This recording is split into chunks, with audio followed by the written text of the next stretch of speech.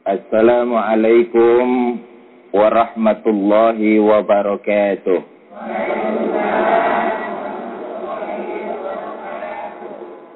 Alhamdulillahi rabbil alamin. Salatu wassalamu ala sayyidina Muhammadin wa ala alihi wa sahbihi ajma'in, amma ba'du. Alhamdulillah, berkat izin dari Allah Subhanahu wa ta'ala, pada hari ini kita dapat berkumpul, bertemu dan bermuajahah di tempat yang penuh berkah ini. Salawat dan salam selalu kita curahkan pada junjungan kita Nabi besar Muhammad sallallahu alaihi wasallam yang telah membawa kita keluar dari zaman biadab menuju zaman peradaban sekarang ini. Ibu-ibu dan bapak-bapak, saudara-saudara pemirsa Antv di mana saja berada. Allah Subhanahu wa ta'ala berfirman, Laqad khalaqnal insana fi ahsani taqwim. Ada enggak ayatnya di Quran? Surat apaan? Enggak tahu. Kata Allah, sungguh telah aku dijadikan manusia itu sebaik-baik ciptaan.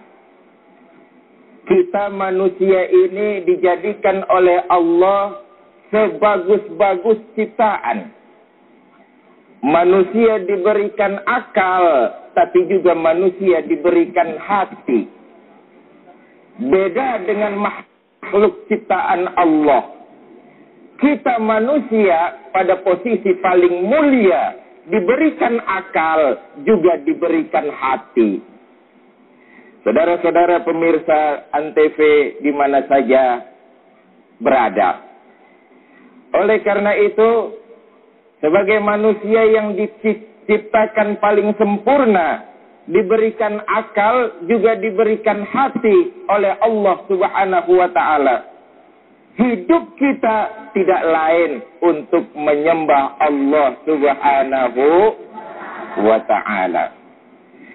Ibu bapak, saudara-saudara pemirsa yang berbahagia, Allah menciptakan akal supaya kita untuk berpikir tentang alam raya ini. Allah memberikan kita hati supaya kita dapat menerima nasihat yang diberikan oleh alam, baik oleh makhluk Allah yang lainnya.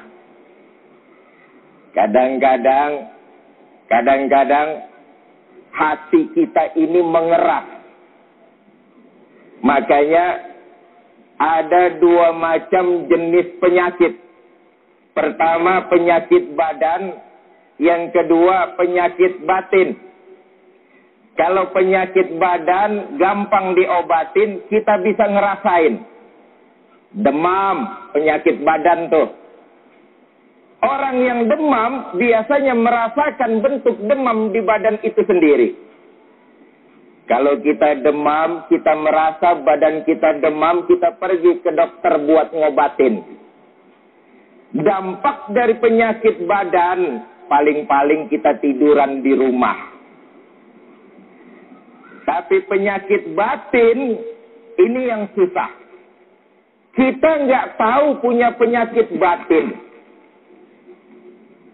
Tapi juga kita nggak mau mengobati penyakit itu. Dampak dari penyakit batin sangat luas. Rakus, korupsi, keadilan, dan sebagainya. Ini dampak dari penyakit hati.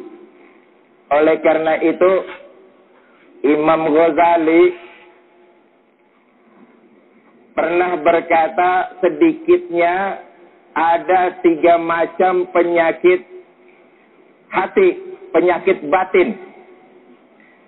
Pertama, penyakit batin adalah ujub, sombong. Ini penyakit batin nih. Kalau seseorang merasa lebih benar dari orang lain, itu orang sombong tuh. Kalau kita merasa paling benar dengan orang lain, diri kita sombong. Padahal sombong itu mutlak hanya punya Allah Subhanahu wa ta'ala. Sombong hanya punya Allah. Manusia tidak berhak untuk sombong. Saudara-saudara para pemirsa, bagaimana kelanjutannya? Kita break untuk jeda komersial berikut ini. Ibu, bapak, saudara-saudara pemirsa Antv di mana saja Anda berada. Sebagai manusia, kita tidak wajib untuk sombong. Sombong mutlak hanya buat Allah. Sombong karena jabatan, sombong karena kekayaan, sombong karena ilmu, sombong karena kerupawanan. Manusia tidak wajib untuk sombong, Allah saja yang berhak untuk sombong. Apalagi sombong karena kekuasaan. Allah tidak suka, manusia pun tidak suka. Jangan mentang-mentang lagi berkuasa, kemudian berlaku seenaknya saja. Ini pernah diriwayatkan terjadi ketika zaman Khalifah Umar bin Khattab. Satu hari ketika Gubernur Amr bin As menjadi gubernur di Mesir, satu hari Gubernur Amr bin As melihat-lihat di depan istananya. Di depan istana Amr bin As ini ada sepetak tanah dan gubuk reot milik Yahudi. Kemudian Yahudi itu diundang ke dalam istana oleh Amr bin As. Sampai di istana, Gubernur Amr bin As berkata, "Yahudi, kamu pemilik tanah dan gubuk reot itu ya?" "Benar, Tuan." "Saya mau beli tanah kamu." "Buat apa, Tuan?" "Nanti di atasnya saya akan bangun masjid.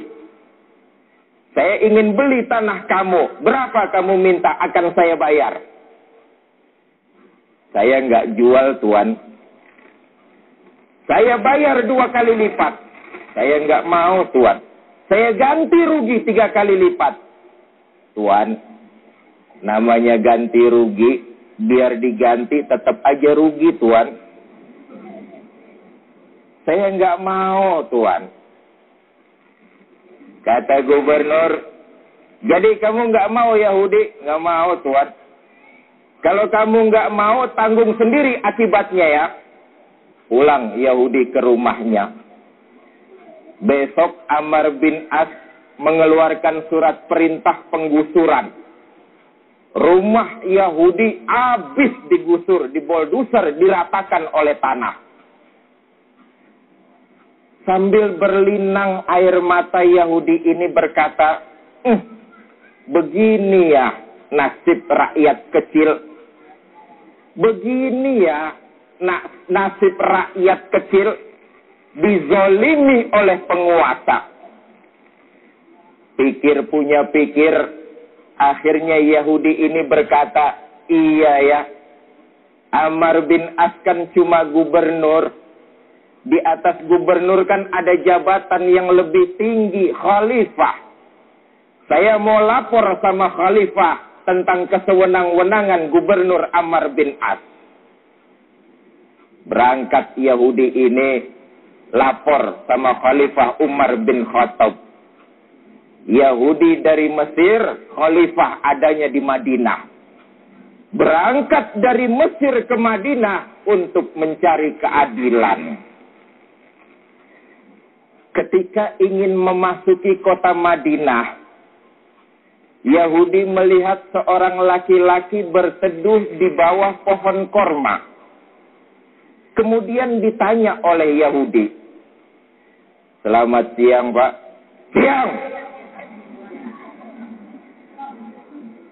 "Bapak kenal khalifah?" "Kenal." Istananya terbuat dari apa, Pak? Istananya terbuat dari mutiara-mutiara iman. Pengawalnya banyak, Pak. Banyak. Pengawalnya para fakir miskin, anak-anak yatim piatu, janda-janda tua.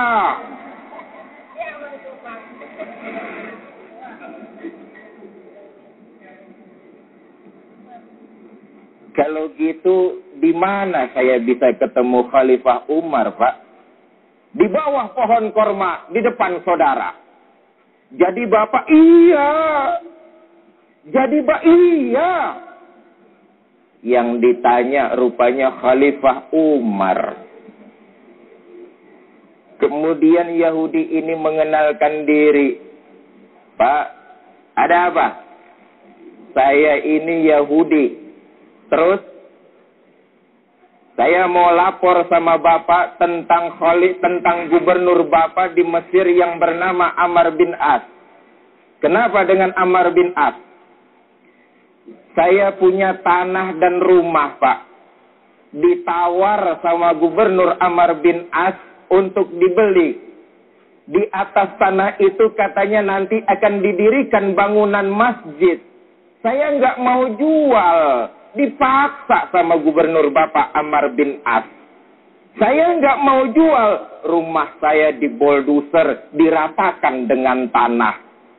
Saya kesini menuntut keadilan, melapor kepada Khalifah Umar bin Khattab. Kata Umar bin Khattab, Yahudi, iya Pak. Kamu lihat di depan ada tong sampah. Lihat Pak. Pergi ke sana, ambil sepotong tulang, bawa ke sini. Ini Yahudi bingung. Jauh-jauh dari Mesir ke Madinah, suruh ngambil tulang di tong sampah. Setelah dapat sepotong tulang, kemudian dikasihkan kepada Khalifah Umar bin Khattab. Khalifah Umar mengeluarkan pedang, kemudian menorehkan pedang itu di atas tulang. Red. Garis lurus tepat di tengah-tengah tulang. Setelah selesai Khalifah menggoreskan pedang di atas tulang, Khalifah Umar berkata, Yahudi, sekarang kamu pulang. Bawa tulang ini, sampaikan kepada gubernur saya Amr bin As. Bawa tulang ini, sampaikan kepada gubernur Amr bin As. Yahudi makin bingung. Jauh-jauh dari Mesir ke Mekah ke Madinah, dapat tulang. Tuan, kalau cuma tulang, saya nggak perlu lapor sampai ke Madinah. Di Mesir juga banyak tulang. Sudahlah, kata Khalifah Umar, kamu pulang, sampaikan tulang ini kepada gubernur saya Amr bin As. Pulang Yahudi. Kemudian bertemu dengan gubernur Amr bin As. Sampai di istana gubernur Amr bin As, Amr bin As berkata, ada apa Yahudi? Ada oleh-oleh Tuan. Dari siapa? Dari Khalifah Umar bin Khattab. Oleh-oleh apa? Tulang. Setelah tulang itu diberikan kepada gubernur Amr bin As, pucat wajah gubernur Amr bin As, keringat dingin bercucuran. Bagaimana kisah ini selanjutnya? Kita akan lanjutkan setelah komersial break berikut ini. Ibu bapak, saudara-saudara pemirsa Antv di mana saja berada. Setelah gubernur Amr bin As menerima tulang dari Yahudi, mukanya pucat, badannya keluar keringat dingin menggigil ketakutan. Yahudi makin bingung melihat gubernur Amr bin As. Dalam hatinya, baru sekali ini seumur-umur ngelihat gubernur takut sama tulang. Setelah mendapat tulang dari Yahudi, gubernur kemudian memerintahkan kepada aparatnya untuk membongkar masjid. Aparatku, kata Gubernur Amr bin As, bongkar masjid itu.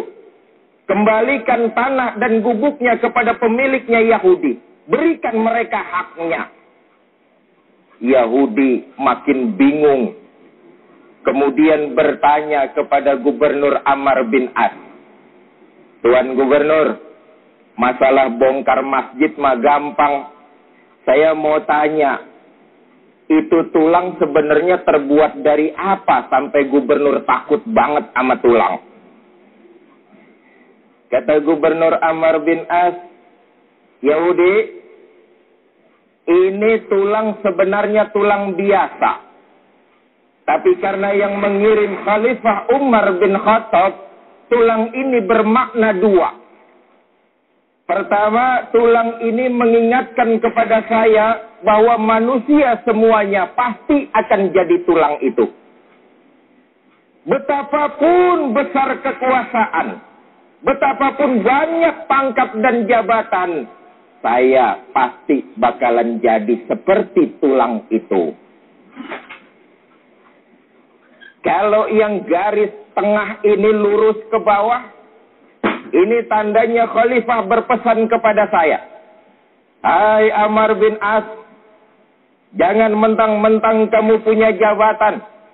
Jangan mentang-mentang kamu sedang berkuasa.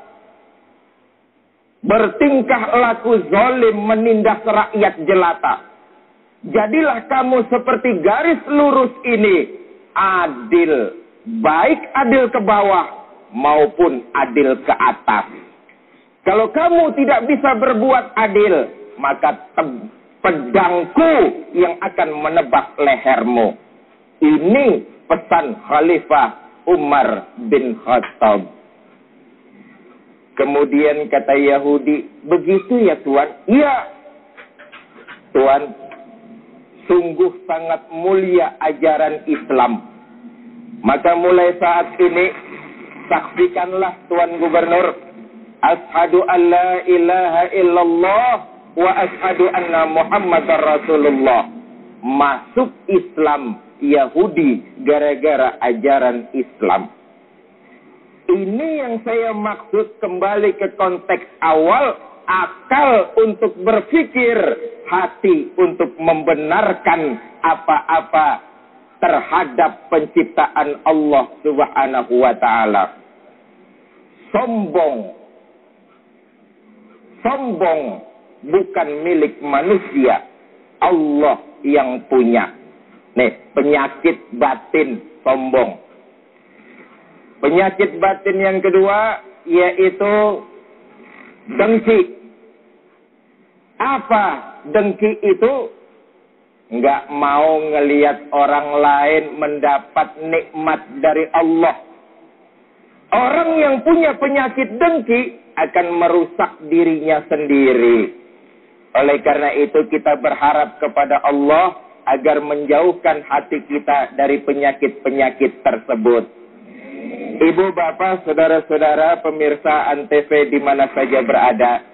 Oleh karena itu, mari sama-sama kita berharap kepada Allah, semoga di akhir hidup kita mendapat kehidupan yang husnul khotimah. Oleh karena itu, mari sama-sama kita tutup pengajian kita ini dengan Fatihah dan doa. Ala haziniyah al-Fatihah. A'udzu billahi minasyaitonir rajim. Bismillahirrahmanirrahim. Alhamdulillahirabbil alamin. Arrahmanir rahim. Maliki yaumiddin. Iyyaka na'budu wa iyyaka nasta'in. Ihdinas siratal mustaqim. Siratal ladzina an'amta 'alaihim ghairil maghdubi 'alaihim waladdallin. Astaghfirullahaladzim. A'udzu billahi minash shaitanir rajim. Bismillahirrahmanirrahim. Alhamdulillahirabbil alamin. Allahumma shalli wa sallim wa barik ala sayidina Muhammadin.